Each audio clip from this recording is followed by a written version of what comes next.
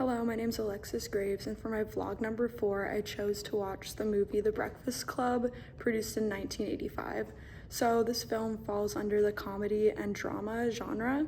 So this movie was directed by John Hughes, and this movie was also written by John Hughes. So this film is about 5 high school students that meet in Saturday detention, and they all discover how they have more in common than they thought. And these 5 students are very different, and each student is required to write a minimum of 1,000 word essay during their detention. And the first 5 students, at first, they don't get along, and they judge each other based on their stereotypes, but as the day goes on, they all open up to each other.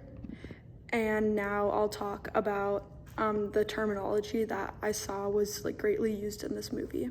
So first, I'd like to talk about the low angle shot, and this is where the camera is positioned below the subject, shooting upwards, and it's usually used to convey or show power or authority. And a scene where I saw this, where it was used well, was when John was sitting on the ledge in the library, and he was ripping apart this book, and Andrew Clark was telling him it was dumb. And it looked like John had this sort of power over Andrew, and it was a scene that I thought it really caught my attention. I thought it was a great use of the low angle shot.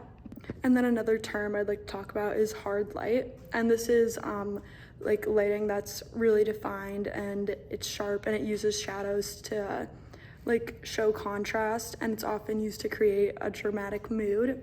And a scene where I saw this was when Carl and Fern were talking in this room, and the lighting made it look like their faces were really defined, and it really stood out to me. And it stood out to me because after they left that room, the lighting went back to how it was, and that was definitely something that really stood out. And then something that really caught my attention in this film was the editing in the movie. And some editing terminology that was used well in this film is master scene technique, reverse shot, and parallel editing. So first I'll talk about the master scene technique and how I saw it. So the master scene technique is when action is recorded multiple times using a lot of different angles and shots. And then a scene where I saw this used was when the 5 students sat on the floor in the library towards the end of the movie. And the camera kept moving from one student to another, using a lot of different angles, and the camera almost looked like it was floating around them.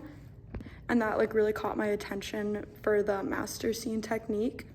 And then for the reverse shot, that's when there's a conversation is being filmed on one camera behind a person, and it shows the person being spoken to. And where I saw this in the movie was when John and Andrew were having an argument, and the camera was focusing on Andrew's face as he listened, and it would show over Andrew's shoulder, showing his facial expressions, what he was being told.